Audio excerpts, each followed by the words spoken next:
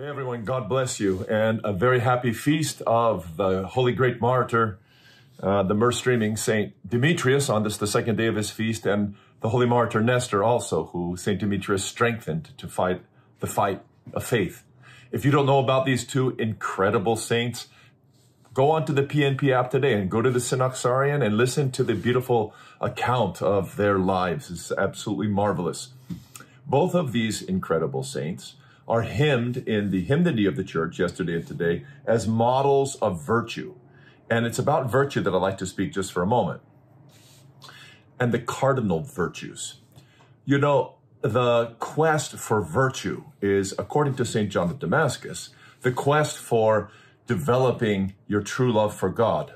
For instance, St. John of Damascus says that God created man in the image of God and according to his likeness. He says the image has reference to man's immortal soul and his intellect through which he builds and creates and rules. He says the likeness of God has to do with man's acquiring virtue. So the quest to acquire the virtues is the quest to be like God and also to fulfill the likeness of God in our own human lives. It's to become fully human as well. This is an icon of Saint Demetrius.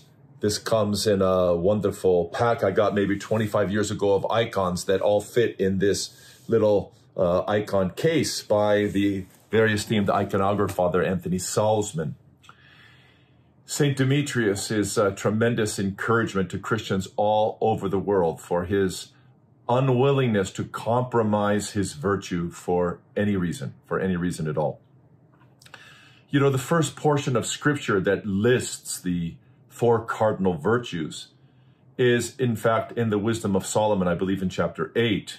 And then in the Maccabean history, in chapter 1 of First Maccabees, we see this categorization of virtue according to these four fundamental cardinal virtues. Again, these, of course, are the cardinal virtue of justice, the cardinal virtue of wisdom, the cardinal virtue of courage, and the cardinal virtue of temperance. The first of the Holy Fathers to use this language and to describe these great virtues as cardinal or foundational virtues is St. Ambrose in his commentary on the Gospel of St. Luke. He very much inspired his spiritual son, St. Augustine of Hippo, to meditate upon these virtues. And St. Augustine expressed the cardinal virtues with regards to love and how love is the fulfillment of these virtues and how these virtues promote love for God and for other people. We also have two marvelous texts that categorize the vices and the virtues and build on this cardinal virtue teaching.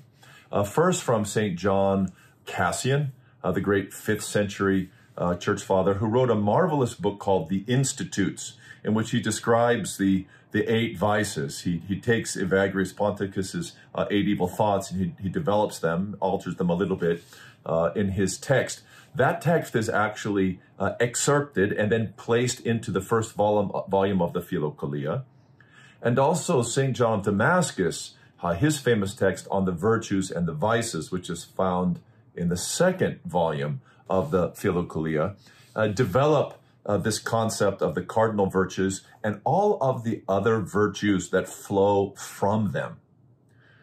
The reason we use this language, cardinal, which is from the Latin cardo, which means hinge.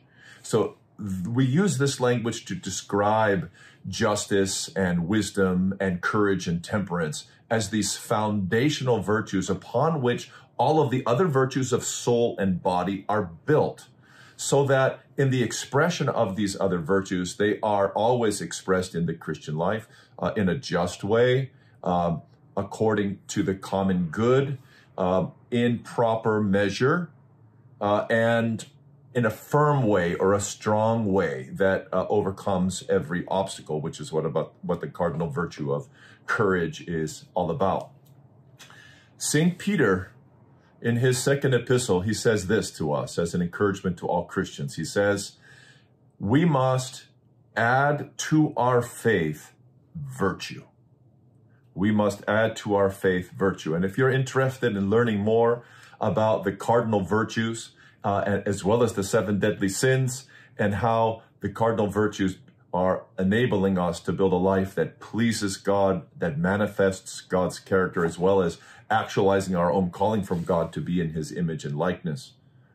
You can find that kind of edifying teaching on our PNP site in our new series called Good Deeds, Cultivating a Life of Virtue. Check it out. God be with you.